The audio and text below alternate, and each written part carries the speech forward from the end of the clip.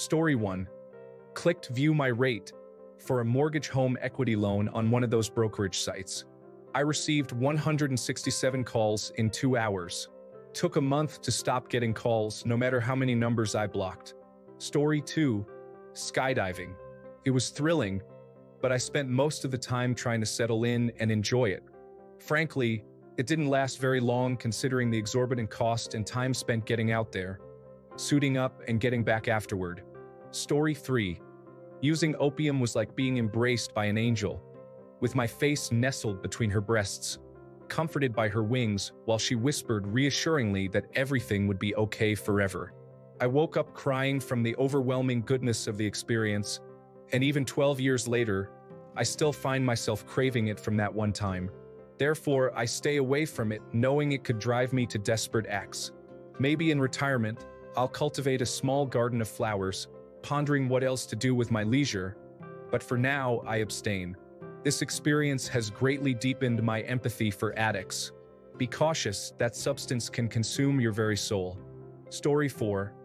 Caving went with my best friend at a state park in Kentucky when I was 14. Went with 2 local teens we met on our trip, and they were pretty experienced with it. Took us about 4 hours round trip. We had to crawl through a few keyhole passages that were so small we had to go one at a time. At one point, I started crying and refused to keep going, but then I decided to crawl through and keep going because I didn't want to wait there alone for them. I had never been so happy to see sunlight again when we finished. At the time, I was young and naive and didn't really understand how risky it was. Looking back, I can't believe how careless I was. I will never do that again. Story 5. Going to a silent retreat. I thought it would be peaceful and introspective, but it ended up being the most uncomfortable few days of my life. The lack of noise made every little thought feel magnified, and I ended up overthinking everything. Couldn't wait to leave. Story 6. Get married. My wife of 20 years passed away 6 months ago. I've never removed my ring since. She put up with all my issues and made me a better person. I can't put anyone else through dealing with me again. I'm 39. Story 7.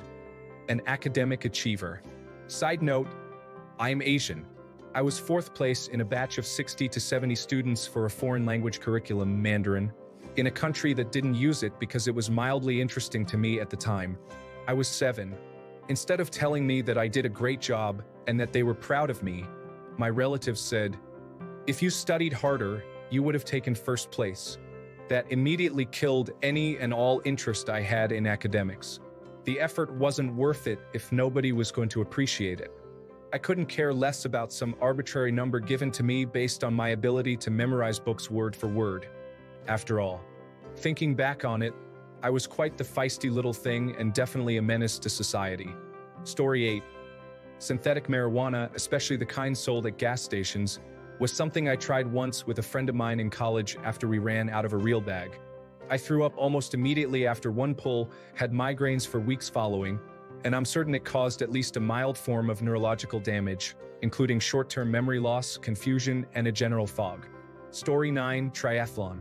Yeah, it's fun being in top cardiovascular shape, but it takes up a lot of time to train, and the community isn't that connected. I crossed it off my bucket list, and that was it. Story 10. Trusting either of my parents with a secret, they always go and snitch to the other while blowing it completely out of proportion. Edit.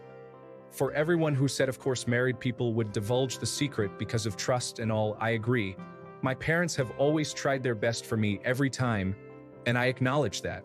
However, as a young teen, I wasn't someone who kept a secret from them in general.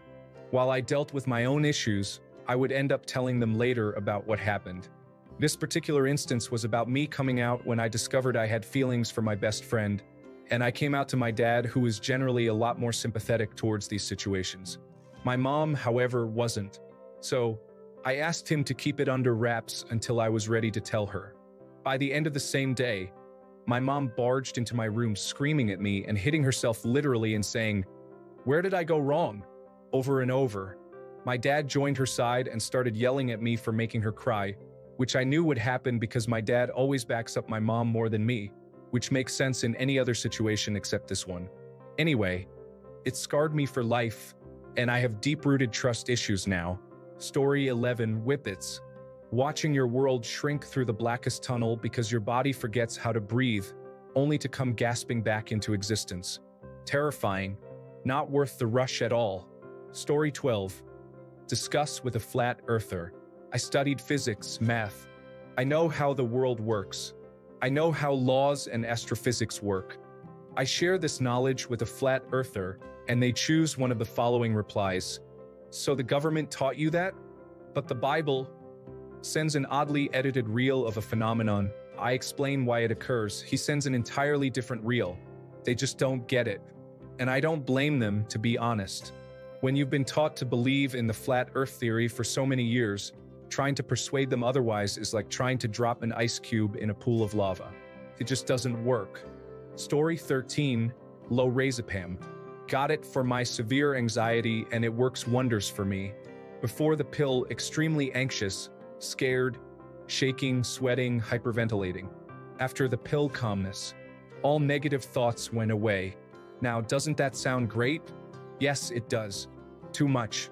You become addicted to that so easily. You ask yourself, why should I work through all this therapy when a little pill makes it all go away? So, I won't take them anymore even if my psychiatrist prescribed them to me. I have them in my apartment for extreme cases like losing someone in my family or something. But I will not take them in my normal life anymore. I can do it without. Story 14, buying a new car. It was a terrible experience, from the massive devaluation just from rolling off the lot, to the slimy sales tactics, to the worthless warranties. Never again. Story 15, ate a live slug from a snail once as a dare. Found out how dangerous this is later and how lucky I am. A kid in Australia became paralyzed and died due to this. Story 16, I love skydiving. Took my mom once. She is old and was super thrilled. Sadly, she is now too old, although she wants to go again. I hope to go this year again. I am 78. Story 17, eating durian fruit. Tried it out of curiosity while traveling. The taste was memorable, to say the least. Let's just say it's an acquired taste that I have decidedly not acquired. Story 18, bring our old dogs on an overnight hotel stay. My husband and I were going to a concert then, running a half marathon the next day in the same city. Rather than board them, we found a hotel that allowed dogs. We were so distracted by both the concert and the half marathon that they appeared miserable the whole time. They were stuck in an unfamiliar place, alone.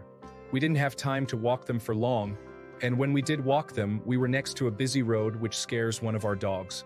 The elevator for the hotel was also scary for the same dog, so was the music at the restaurant where we ate dinner. The bass sounded like thunder. We were selfish. We should have boarded them instead. Now we know better. Story 19. I told my ex-partner that we needed to spice things up in the bedroom. After having a few drinks and feeling quite good, things took an unusual turn. To put it briefly, I had discomfort in my rear for 3 days and felt apprehensive towards her toys for several months. Story 20.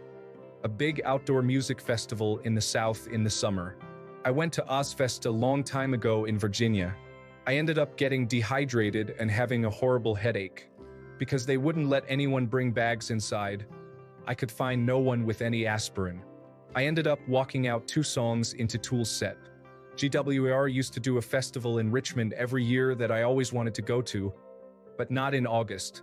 Story 21. A couple of years ago, I wanted to know what the fuss was about with TikTok. I installed it, swiped for 3 or 4 hours, followed some people, and decided it's generally terrible and not worth the little bit of good content you might find at all. Story 22. The answer for phencyclidine and crack cocaine. I have tried pretty much every drug except for injecting heroin, and for most of them, I understood why people did them even if they weren't for me. But those 2, absolutely god-awful experiences. I cannot fathom why people do that to themselves. Story 23. When I was much younger, my wife and I went to a timeshare pitch for a free flight. We kept telling them we couldn't afford it and kept getting passed on to another salesman.